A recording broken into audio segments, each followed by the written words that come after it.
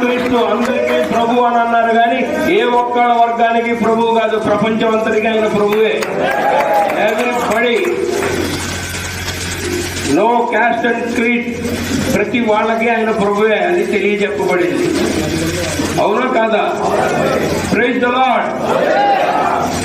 కాదు, బైబిల్ పట్టుకుని ఎవరు పిలిచినా పలుకుతాడు ఆయన గొప్పతనం.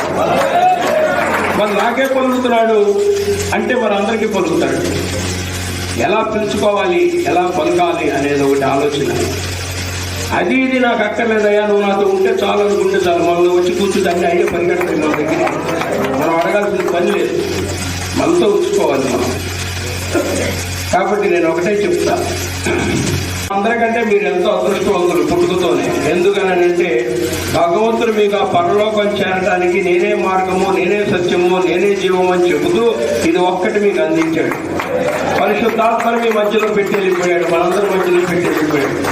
అందరి జీవితాలు దీంట్లోనే ఉన్నాయి. ఆనందంగా ఉన్నప్పుడు చదివితే ఒక రకంగా ఉంటుంది, బాధతో ఉన్నప్పుడు చదివితే ఒక రకంగా ఉంటుంది, నష్టపోయినప్పుడు చదివితే ఒక రకంగా ఉంటుంది, అద్భుతమైన విజయాలు పొందితే ఇంకో రకంగా ఉంటుంది. ఏ